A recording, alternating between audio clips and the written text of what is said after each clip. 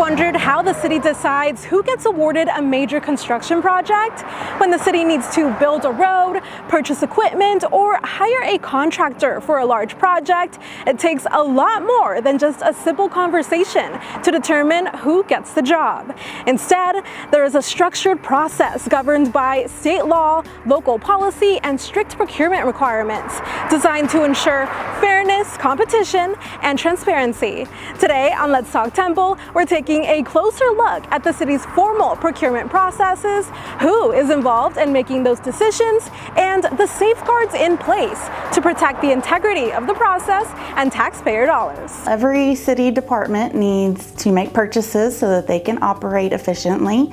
And so as the purchasing department, we oversee all the purchases. We just want to make sure that we're really spending taxpayer dollars wisely. Public procurement isn't simply about finding a contractor or purchasing equipment. It's about ensuring taxpayer dollars are spent in accordance with state law, local policies, and ethical standards, while creating a fair and competitive process for vendors. It's not our money, it's public money.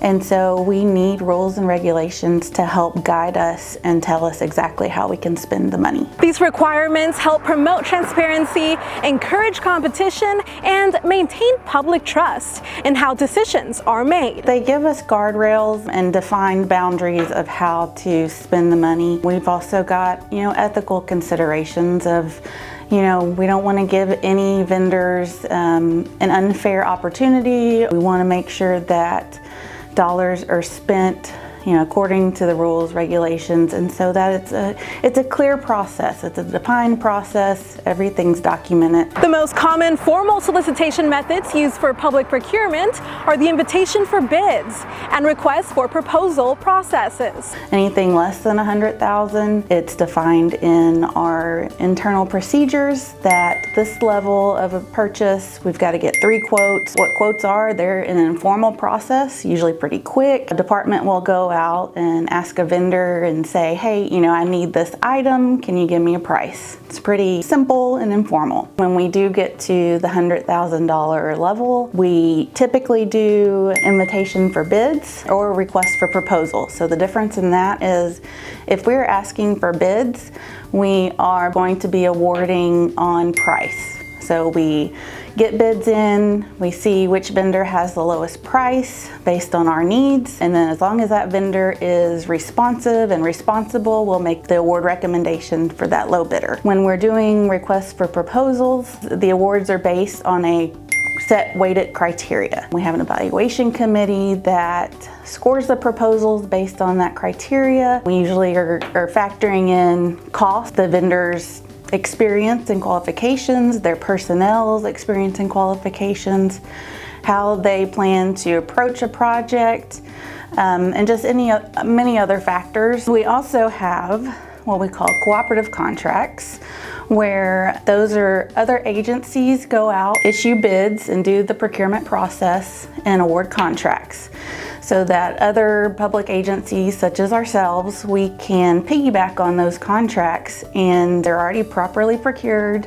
and so we can use those contracts without issuing our own individual formal bid process. Under these processes, vendors submit their bids or proposals by a specified deadline, and those responses remain sealed and confidential until they're officially opened. This prevents vendors from seeing competing prices before submission and helps ensure everyone is competing under the same conditions. We want to be fair to everyone, meaning the vendor community. We want to make sure every vendor gets the same information. We require vendors to submit questions and requests for clarification in writing, and then we're able to disseminate the same information, the city's responses to those questions, to all vendors through an addendum. So what actually happens when the city needs to procure goods or services through a formal solicitation process?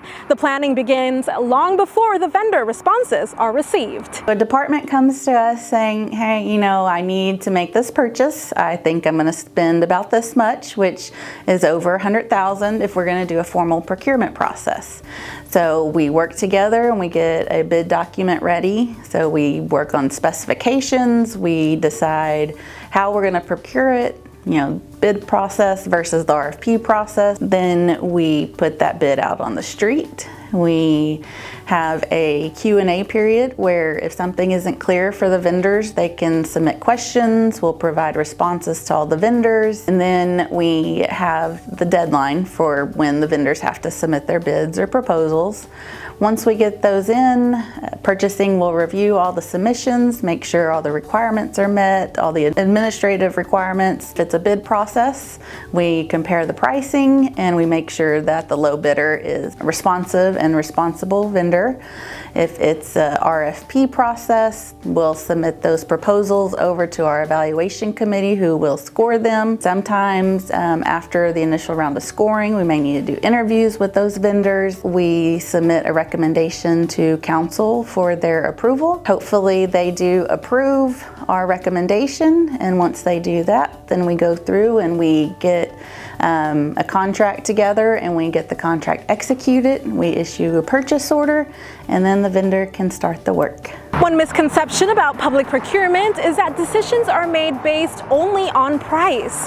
While cost is often an important factor, procurement decisions are based on criteria established before vendor responses are received. We sometimes find that that vendor is not responsible. They don't have the experience that we are requiring, or they don't have staff on their team that has the qualifications. So in that case, when we're doing a low bid process, we would eliminate the low bidder and move to the next lowest bidder. Another common question is who participates in procurement decisions?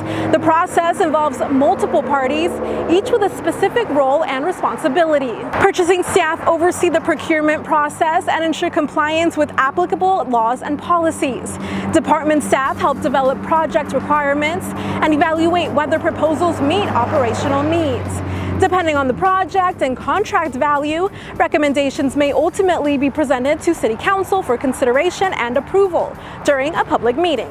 This separation of responsibilities helps create checks and balances throughout the process. There's a lot of work up front in the planning.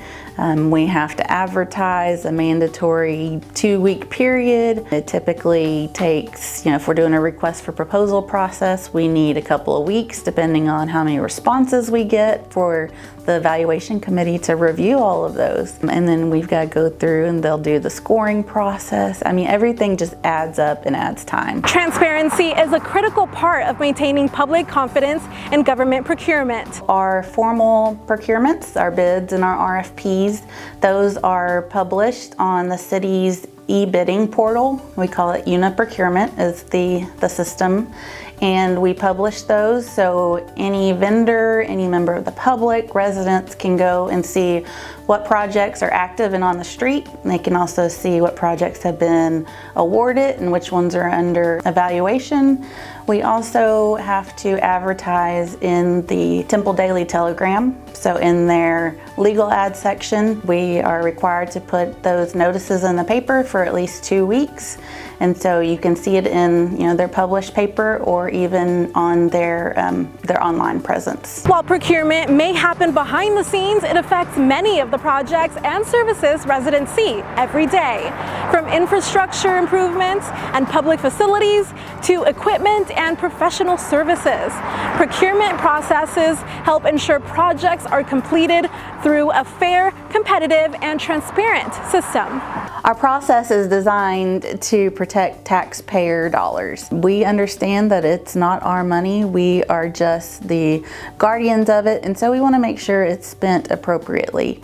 And so we've got multiple checkpoints in place to ensure that that's happening. Understanding how procurement works helps residents better understand how public decisions are made. While every project may be different, the city's commitment remains the same, conducting procurement in a manner that is fair, transparent, competitive, and accountable. The purchasing department has, for the last 3 consecutive years, we have earned the Achievement of Excellence in Procurement Award that the National Procurement Institute awards and gives out. And in order to earn that award, we have to prove and justify that we have strong processes in place, that we're responsible with the information we receive from bidders, and that we have good ethical practices in place. Thank you for joining us for this episode of Let's Talk Temple. To learn more about city bidding opportunities, procurement ethics, and conducting business with the city, visit templetx.gov/purchasing.